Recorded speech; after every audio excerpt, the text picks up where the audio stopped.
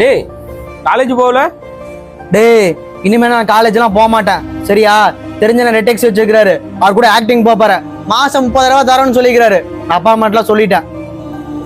டேய் படிக்க வேண்டிய வயசுல படிக்கணும்டா, அதை விட்டு ரெட்டெக்ஸ் ஓட்ட போறேன்னு சொல்லிட்டு இருக்க. டேய் என்னை ஏதோ காலேஜில் சேர்த்துட்டுன்னு சொல்லி இவ்வளவு நேரம் வந்து உங்ககிட்ட பேசிட்டு இருக்கேன். இத்தனை எனக்கு காலேஜ் ஃபீஸ் எவ்வளவு செலவாச்சுன்னு சொல்லு. நான் 6 மாசம் எடுத்து வைக்கிறேன் உனக்கு சரியா? ஏண்டா எதுக்கு இத்தனை கிராஸ் கொஸ்டின் கேட்கறேன்? நான் அப்பா அம்மாட்டே சொல்லிட்டேன் இனிமேல் காலேஜ் எல்லாம் போக மாட்டேன்னு. ஒரு விஷயம் நல்லா புரிஞ்சுக்கோ, படிக்க வேண்டிய வயசுல படிக்காதனாலதான் இங்க நிறைய பேர் ஆட்டோ ஓட்டிக்கிட்டோம், கூலி வேலை பார்த்துக்கிட்டோம், மூட்டை தூக்கிக்கிட்டோம். ஏன் என்ன பாரு, கறிக்கடை வச்சுட்டு அவ்வளவு கஷ்டப்பட்டுட்டு இருக்கேன். உன் கூட படிச்சவெல்லாம் நல்ல நிலைமைக்கு வந்துருவான். அவனுக்கு நீ டிரைவரா போறப்ப நீ நினைச்சு பாப்ப, ஐயோ அண்ணன் அன்னைக்கே சொன்னா நம்ம ஒழுங்கா படிச்சிருந்தா நாமளும் நல்ல நிலைமைக்கு வந்திருக்கலான்னு. நீ வேலைக்கு போறது நான் தப்பு சொல்லடா, மாசம் 30,000 ரூபாய் சம்பாதிக்குது நான் தப்பு சொல்ல. ஆனா நல்லா படிச்சு நல்ல நிலைமைக்கு வந்தேன்னா கை நிறைய சம்பாதிக்கலாம்டா.